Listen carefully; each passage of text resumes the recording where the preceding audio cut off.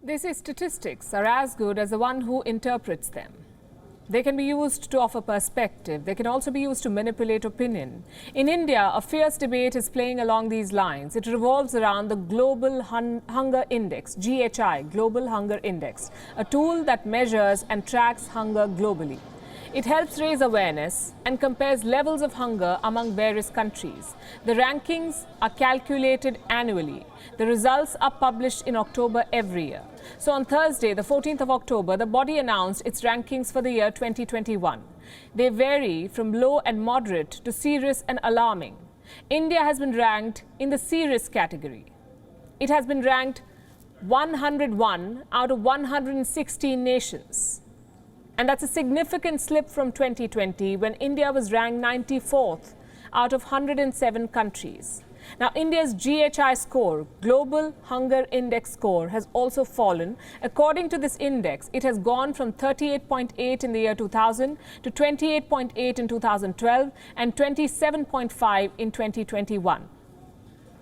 What this basically means is, this GHI score, by the way, is calculated on the basis of undernourishment, child wasting, child stunting, and child mortality.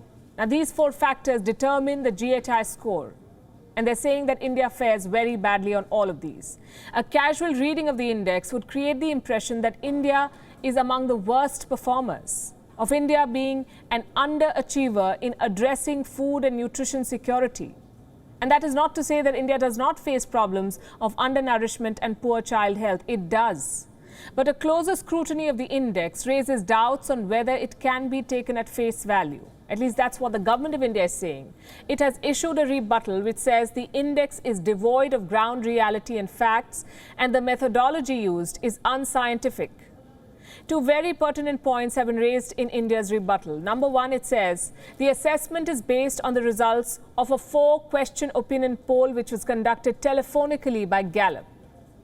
And number two, it says the scientific methodology of undernourishment would require measurement of height and weight. But in this case, the methodology purely relies on telephonic estimates of the population.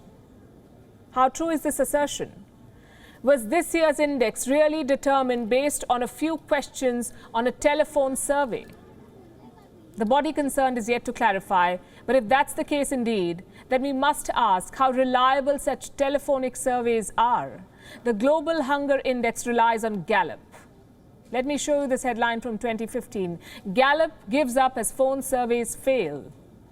This was when the polling company decided to not make predictions for the 2016 US presidential election. Why? Because it was criticized for presenting a wrong picture of who was winning in the 2012 polls. And this cast doubts on Gallup's ability of conducting surveys within the US. Can it then be expected to present a fair picture of hunger around the world? It's a question we must ask. Let's also look at the countries that have been ranked above India in this latest survey. Myanmar, it's on the 71st spot. Nepal on the 76th spot. So is Bangladesh, and Pakistan on the 92nd spot. And that's not all. The Food and Agriculture Organization of the United States, or the United Nations rather, or the FAO, a body which collates data for the Global Hunger Index, has published a report called State of Food Security and Nutrition in the World 2021. I'll tell you what the report says. Afghanistan, Bangladesh, Nepal and Sri Lanka have not been affected by the pandemic. In fact, they have improved the proportion of undernourished population in their country. But India hasn't. How do you respond to this? Why has India been shown in poor light? Is that deliberate? Are the assessments based on assumptions? It's our responsibility to ask these questions before we sensationalize reports without studying the details. WION is now available in your country. Download the app now and get all the news on the move.